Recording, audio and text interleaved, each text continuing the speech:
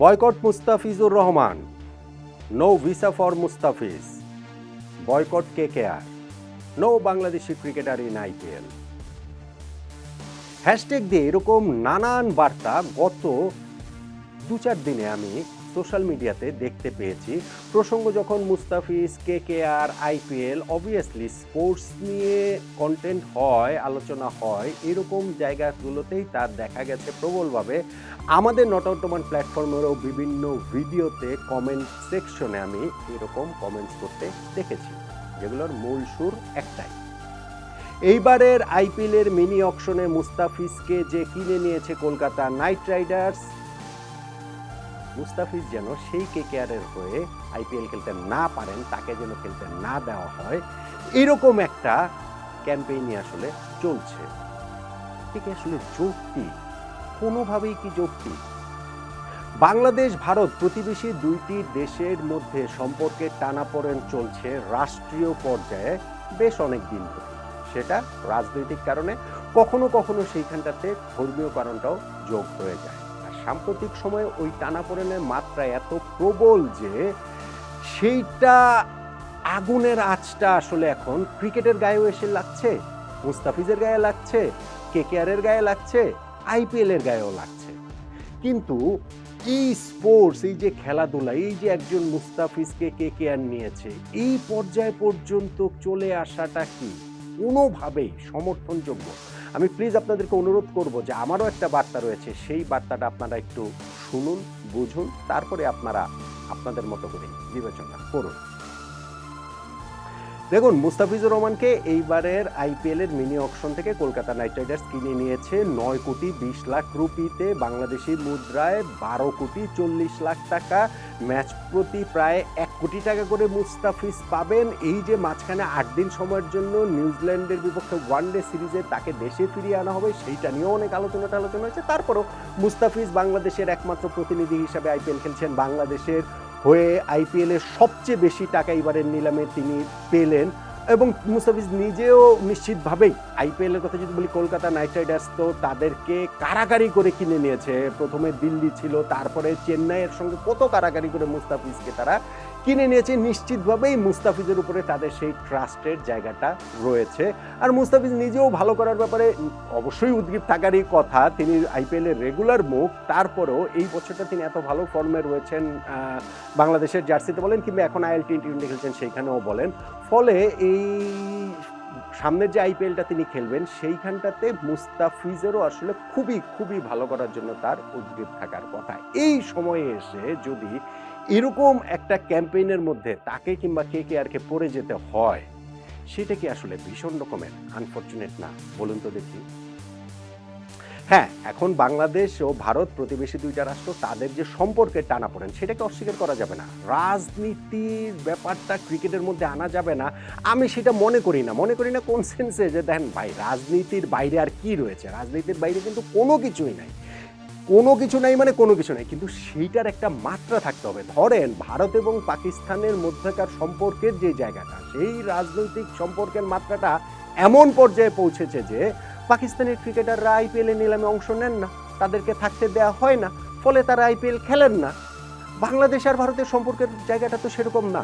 সাম্প্রতিক সময়ে অবশ্যই দুই দেশের মধ্যকার সেই সম্পর্কের ক্ষতিটা হয়েছে, প্রবল মাত্রায় সেই অবনতির জায়গাটা হয়েছে, এবং সেটা পারস্পরিক উস্কানির জায়গাটা থেকে যে রেসপন্সিবল মানুষদের ইররেসপন্সিবিলিটির কারণেই তাকে হুমকি ধামকি দিচ্ছে, ওই পার থেকে একই রকম আওয়াজ আসছে। ফলে এই সব কিছু মিলে সাধারণ মানুষের সম্পর্কটাও আসলে বিষিয়ে উঠেছে, যেই কারণে আমরা দেখতে পাচ্ছি যে বাংলাদেশের এই দিক থেকে ভারতীয় হাই কমিশনের এই করব সেই করব এরকম আওয়াজ যেমন মেঠো বক্তৃতাতে আসে, সাধারণ মানুষও যখন সেইটাতে প্রভাবিত হয়, ওই পার থেকেও একই জিনিস হয়। যেই কারণে ওই পারে এখন ওই ভারতের এইখান থেকেও যেমন ভিসা সেন্টার বন্ধ, ওই সাইড থেকেও আমি দেখছিলাম যে দিল্লি, তারপরে আগারতলা, তারপরে শিলিগুড়ি, এইসব জায়গায়ও হচ্ছে ভিসা সেন্টার বন্ধ করে রেখেছে। এখন ভাই রাজনীতির কাজ রাজনৈতিক লোকজন না হয় করবো, হ্যাঁ সেই সাম্প্রতিক সময় এইখানটাতে একটা ধর্মীয় উপাদানও প্রবলভাবে যুক্ত হয়েছে, কিন্তু সেই জায়গাটাতেও আমার আসলে বিনীতভাবে একটা কথা বলার রয়েছে, যেইটা শুনলে আসলে মনে হবে যে ভাই মাস পিপল কোনো দেশেরই খারাপ না, পৃথিবীর কোনো দেশেরই সাধারণ মানুষ খারাপ বলে আমি সেটা মনে করি না। তাদেরকে যারা পরিচালিত করেন সেই মানুষগুলো যদি খারাপ হন, সেই ক্ষেত্রেই আসলে সমস্যার জায়গাটা প্রবল থেকে প্রবলতর হয়ে ওঠে। এখন ক্রিকেটের ক্ষেত্রে মুস্তাফিজকে যখন আইপিএল এর দল কেকেআর নিয়েছে, সেই জায়গাটা তো আমি যেটা বললাম পাকিস্তানের কথা বললাম যে তাদের ক্রিকেটাররা তো আইপিএলে অংশ নিতে পারেন না, বাংলাদেশের এটা পেরেছেন, নিয়েছেন, এখন এই জায়গাটাতে মুস্তাফিজকে বয়কট করতে হবে, এইটা কি আসলে কোনোভাবে যৌক্তিক? আমার কাছে সেটা মনে হয় না, আমার কাছে সেটা অ্যাবসলিউটলি এটা মনে হয় না। কিছু জিনিস এই জায়গাটাতে আপনার মাথায় রাখতে হবে। বাংলাদেশ দল কিন্তু ভারতে বিশ্বকাপ খেলতে যাবে, আইপিএল এর আগেই খেলতে যাবে, বাংলাদেশ জাতীয় দল খেলতে যাবে, এবং সেইখানটাতে কলকাতায় আমাদের গ্রুপ পর্বে যে 4টা ম্যাচের মধ্যে 3টা ম্যাচই আমাদের কলকাতায় রয়েছে। বাংলাদেশ টিমকেও কি আপনারা বয়কট করবেন? আইসিসি ইভেন্টে বাংলাদেশ টিমকেও কি বয়কট করা হবে? সেটা কি আসলে যৌক্তিক হবে? কোনোভাবে হবে? তাহলে ভাই মুস্তাফিজকে টার্গেট কেন করছেন? কোন কারণটাতে এই জায়গাটাতে করছেন আমাকে সেটা একটু বলেন তো দেখি। বা কেকেআর নিয়ে কি মুস্তাফিজকে দলে নিয়ে কি তারা অপরাধ করে ফেলেছে? চেন্নাই যদি দলে নিত তাহলে আসলে কি হতো? চেন্নাই থেকে এরকম মিছিল মিটিং আন্দোলন বা যে সোশ্যাল মিডিয়ার যে জিনিসটা দেখছি সেরকম কি হতো? I don't think so. আমার কাছে সেইটা আসলে কোনোভাবেই মনে হয় না। ফলে এইখানটাতে আমি মনে করি যে যারা রেসপন্সিবল, আমি আবারও বলি রেসপন্সিবল লোকরা ইররেসপন্সিবল কাজ করে।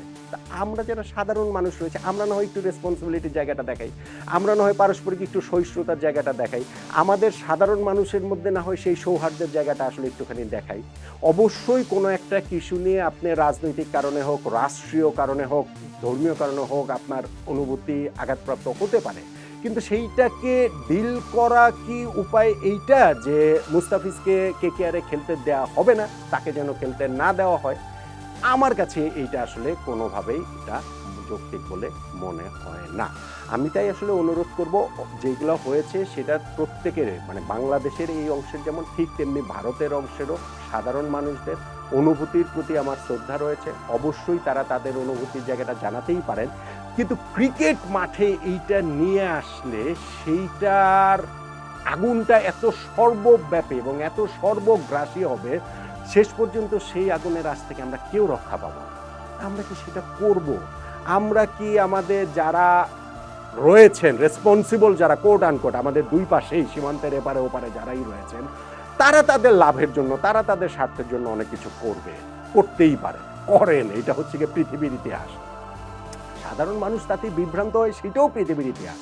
কিন্তু এই জায়গাটাতে আমার মনে হয় যে একটু রেসপন্সিবিলিটি যদি আমরা সবাই মিলে দেখাই, এটা ইস্যুটা শুধু মুস্তাফিজ না, ইস্যুটা শুধুমাত্র হচ্ছে গিয়ে এই যে কেকেআরে তাকে খেলতে দেওয়া হবে না হবে বিষয়টা সেটা নয়, আর অনেক কিছু এর মাঝখানে অবশ্যই হতে পারে, ঘটতে পারে, কিন্তু আমি মনে করি যে এখনো ঘটনাটা এই পর্যায়ে যায়নি যে মুস্তাফিজকে কেকেআরের সমর্থকদের বয়কট করতে হবে, অথবা মুস্তাফিজকে খেলালে কেকেআর টিমকে বয়কট করতে হবে, সেই রকম একটা জায়গাতে পুরো ঘটনা প্রবাহটা চলে গেছে বলে আমার কাছে মনে হয় না। আমার তাই মনে হয় যে আমাদের প্রত্যেকেরই যদি আমরা একটু ধৈর্য ধরি, একটু সহনশীল হই, একটু সহিষ্ণু হই, একটু আমরা পারস্পরিক সৌহার্দ্যের জায়গাটা থেকে দেখি, সেই ক্ষেত্রে আমাদের এইখানটা থেকে হচ্ছে গিয়ে শেষ পর্যন্ত গিয়ে ওই সবার যে সদিচ্ছাটুকু যদি থাকে তাহলেই আসলে ভালো কিছু হবে। আর যদি না হয় তাহলে শেষ পর্যন্ত গিয়ে এই ঘৃণার চাষাবাদ, এই ঘৃণার চর্চা এই করে করে করে করে শেষ পর্যন্ত গিয়ে আমরা আসলে কোথাও যাব না। ফলে আমি মনে করি মুস্তাফিজকে যে কলকাতা নাইট রাইডার্স নিয়েছে, আমি এখনো এটা বিশ্বাস করতে চাই যে অবশ্যই কেকেআর ফ্যানরা তাকে স্বাগত জানাবে, অবশ্যই তার কাছ থেকে বিগ পারফরমেন্স আশা করবে।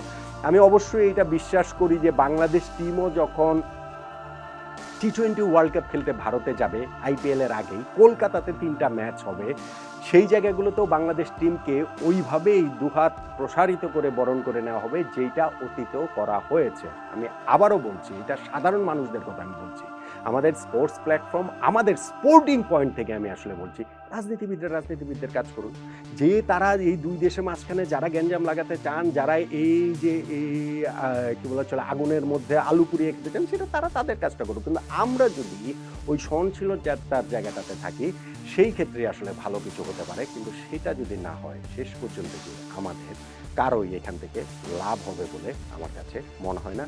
শুধুমাত্র ঘৃণাটুকু বাড়তে থাকবে। ফলে মুস্তাফিজুর রহমানকে আইপিএলে তিনি খেলবেন, কেকেআরের জার্সিতে খেলবেন, খুব ভালো খেলবেন। এইরকম একটা প্রত্যাশার জায়গায় সীমান্তের ওপার এপার সব জায়গা থেকে একই রকমভাবে হওয়া উচিত বলে আমি অন্তত মনে করি, আমি অন্তত বিশ্বাস করি। বেশিরভাগ মানুষের এখনো শুভবোধ আছে বলেই আমার সেই আস্থার জায়গাটা আপনার, আপনাদের, আমাদের সবার উপর রয়েছে।